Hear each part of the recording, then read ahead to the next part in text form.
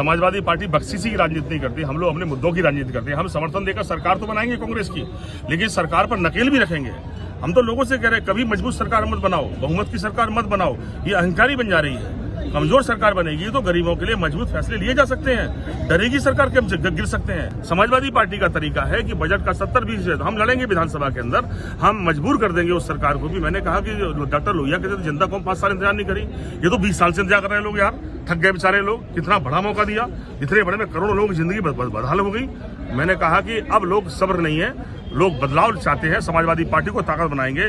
बहुत दिन निवाड़ी के लोगों की किस्मत भोपाल में बैठते लोगों ने लिखी है, अब निवाड़ी के लोग तय करेंगे भोपाल में कौन बैठेगा, भोपाल की किस्मत लिखने वाले। निवाड़ी में समाजवादी पार्टी की तरफ से मीरा दीपनारायण यादव ने नामांकन दाखिल करे है। मीरा यादव समाजवादी पार्टी से विधायक भी रह चुकी हैं और आज उन्होंने नामांकन करे। इस मौके पर समाजवादी पार्टी के नेता दीपनारायण सिंह यादव क्या बोले, आप भी सुनो।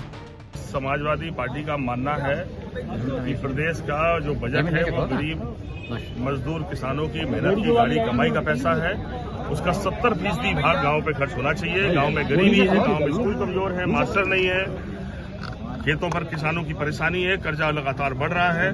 समाजवादी पार्टी अपने उन्हीं मुद्दों को लेकर फिर मैदान में आपके बीच में है। और इस बार राजनीतिक हालात कुछ ऐसे हैं कि समाजवादी पार्टी बहुत बड़ी भूमिका निभा सकती है। हमने कहा कि ये लोग ये बड़े दल जो है बड़ी बातें तो करते हैं, पर अगर इनके बजट का हिसाब जनता लेने लगे या पत्रकार साथियों आप लेने लगोगे तो इनका दिमाग सामने क्लियर होगा कि बजट का कितना पैसा गांव पे खर्च किया इन्होंने। जब गांव के लोगों के वोट के बगैर कोई जीत नहीं सकता, 70-80% लोग गांव में बसते हैं इस प्रदेश के, वो बजट खर्चते समय आप 20-25% में काम चलाना चाहते हैं और कहते हैं हम गाँव का विकास करना चाहते हैं। पूरे गांव के गांव कर्ज में डूब गए लोग, उन्हीं की गाड़ी कमाई के पैसे से मेहरबानी सी बता रहे हैं कि हम ये कुछ सहायता करने वाले हैं। अरे इनसे सवाल करो, आपकी क्या घुस घास देने वाले हो आप? गरीबों के पैसे से गरीबों के उस पर मेहरबानी, ये कब तक चलेगा? मैंने कहा जनता अपना हिसाब जानना चाहती है। कुछ पैसा देकर आप बाकी पैसा हमसे कहां बेईमानी करने जा रहे हो? पहले पुराना हिसाब दो।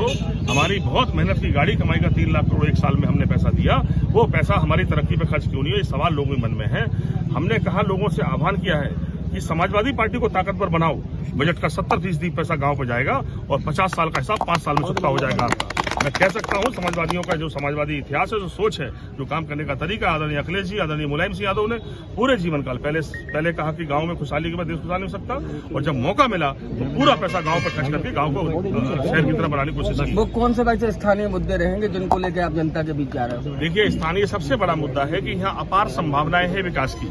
निवाड़ी नोएडा बन सकता है, झांसी जैसा बड़ा शहर उत्तर प्रदेश का बगल में है और ये बिल्कुल सटा हुआ 5 किलोमीटर बाद मध्य प्रदेश की सीमा लगी है, लेकिन यहाँ कार्य योजना ही नहीं किसी के पास। यहाँ पर अगर विकास के नाम पर आप बात करेंगे तो सिर्फ खोखले वादे हैं। लोग कहेंगे अगर अच्छा अस्पताल नहीं है, जरा सा बुखार बिगड़ जाए, झांसी खड़ा मरीज, अगर पढ़ने के लिए बच्चों को जाना है तो कहीं देश भर के कोनों में भटक रहे हैं लोग। मैंने कहा समाजवादी पार्टी के सारे सरकार बनेगी तो ऐसा मेडिकल बनाएंगे, ऐसा चिकित्सा व्यवस्था करेंगे कि झांसी के लोग निवाड़ी इलाज कराने आएंगे, ऐसे विद्यालय बनाएंगे कि झांसी के बच्चे निवाड़ी पढ़ने आएंगे। हम लोगों ने जमीन पर उतारा भी है। अपनी गरोटा विधानसभा क्षेत्र में जब मैं MLA बनने गया तो एक भी डिग्री कॉलेज नहीं था। आज मैं वहाँ 10,000 बच्चों को पढ़ाता हूँ। टीकाराम यादव महाविद्यालय मोट में बनाया, डॉक्टर राम मनोहर महाविद्यालय कन्या विद्यालय हमने गुड़सराय बनाया, हमने पब्लिक स्कूल बनाए, हमने ITI बनाए। मैंने कहा वो सब काम व्यक्ति की जिम्मेदारी है। जहाँ सरकारी पर्चा दाखिल कर देंगे जल्दी, अगर देखिए लोगों से बात कर रहे हैं। बातें तो राष्ट्रीय नेतृत्व करता है। समाजवादी पार्टी बख्शीशी की राजनीति नहीं करती, हम लोग अपने मुद्दों की राजनीति करते हैं। हम समर्थन देकर सरकार तो बनाएंगे कांग्रेस की, लेकिन सरकार पर नकेल भी रखेंगे। हम तो लोगों से कह रहे हैं कभी मजबूत सरकार मत बनाओ, बहुमत की सरकार मत बनाओ, ये अहंकारी बन जा रही है। कमजोर सरकार बनेगी तो गरीबों के लिए मजबूत फैसले लिए जा सकते हैं, डरेगी सरकार के हम गिर सकते हैं। ये जनता के बीच में जब बनने के पहले कहते हैं हम तुम्हारे सेवक बनना चाहते हैं और बहुमत पाकर शासक की तरफ व्यवहार करेंगे। इसलिए लड़ाई कमजोर सरकार बनाओ, जिससे सरकार अगर बेईमान हो जाए, गरीबों के अधिकारों को छीनने लगे, उनके पैसे को बर्बाद करने लगे, ऐसी सरकार गिरनी चाहिए। चुनाव खर्चे के नाम पर कब तक डराओगे लोगों को? लोगों की जिंदगी बर्बाद हो जाती है 5 साल में।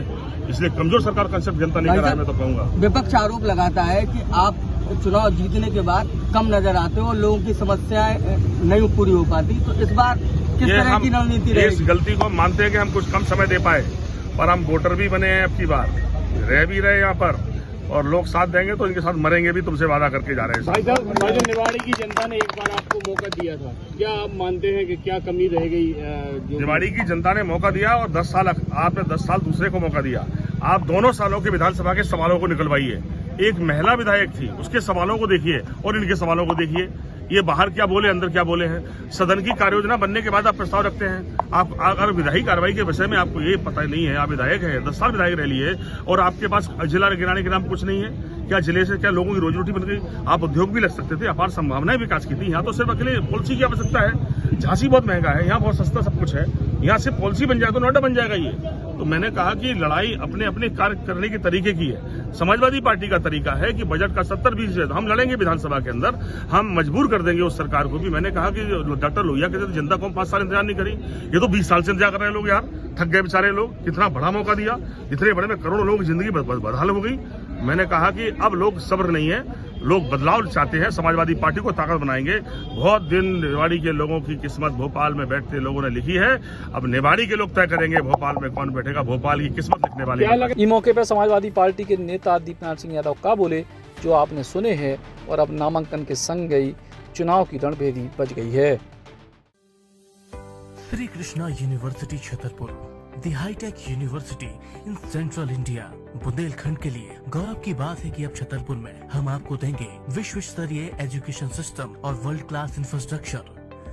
कोरोना जैसी महामारी के दौर में अब महानगरों की भीड़ भाड़, अत्यधिक खर्च से बचे तथा अपने घर एवं अपने शहर में रहकर ही विश्व स्तरीय रोजगार उन्मुखी शिक्षा को प्राप्त करें और महानगरों में होने वाली परेशानी से बचे, क्योंकि कोरोना ने हमें सिखा दिया है कि हम महानगरों में सुरक्षित हैं या अपने शहर और घर में। इसीलिए श्री कृष्णा विश्वविद्यालय आपको देगा राष्ट्रीय शिक्षा नीति 2020 के अनुसार तैयार पाठ्यक्रम और कोर्स में प्रवेश के अवसर।